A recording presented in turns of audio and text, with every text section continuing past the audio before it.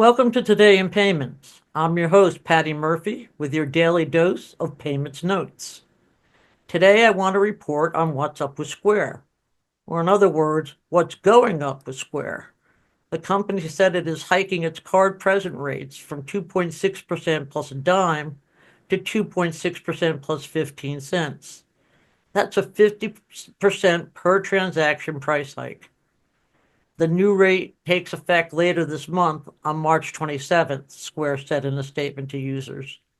In that statement, Square said the change will, quote, bolster its ability to reinvest in its payment processing ecosystem. Sellers who subscribe to any of Square's software offerings will be able to keep their current rates through the end of the year, the company said. But what happens after that is anybody's guess. Quote, "We don't make these changes lightly," Square wrote in a post on X. Quote, "This change will help us keep up with the rising cost of payment processing so we can continue offering powerful business solutions with clear and transparent pricing." But let's not forget, folks, Square was created under the premise of being a cheaper, less complex way for small businesses to accept card payments.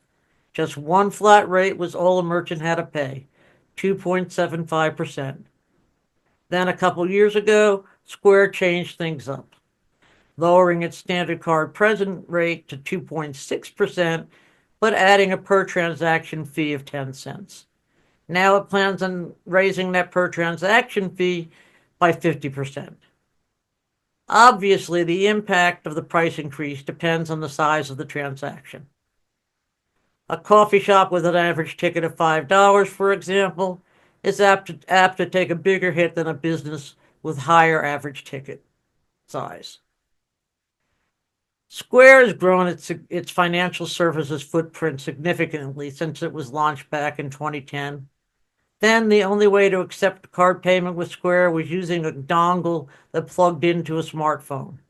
Today, Square offers full-featured POS options like Square Register, Square Terminal, and online payment acceptance.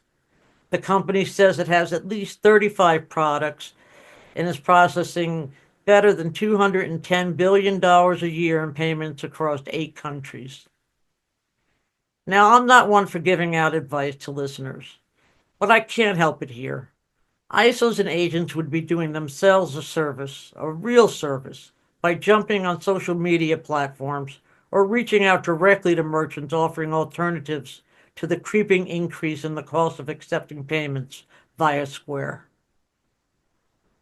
Well, that's it for today in payments. Thanks for listening. I'll be back tomorrow with more news from the payment space.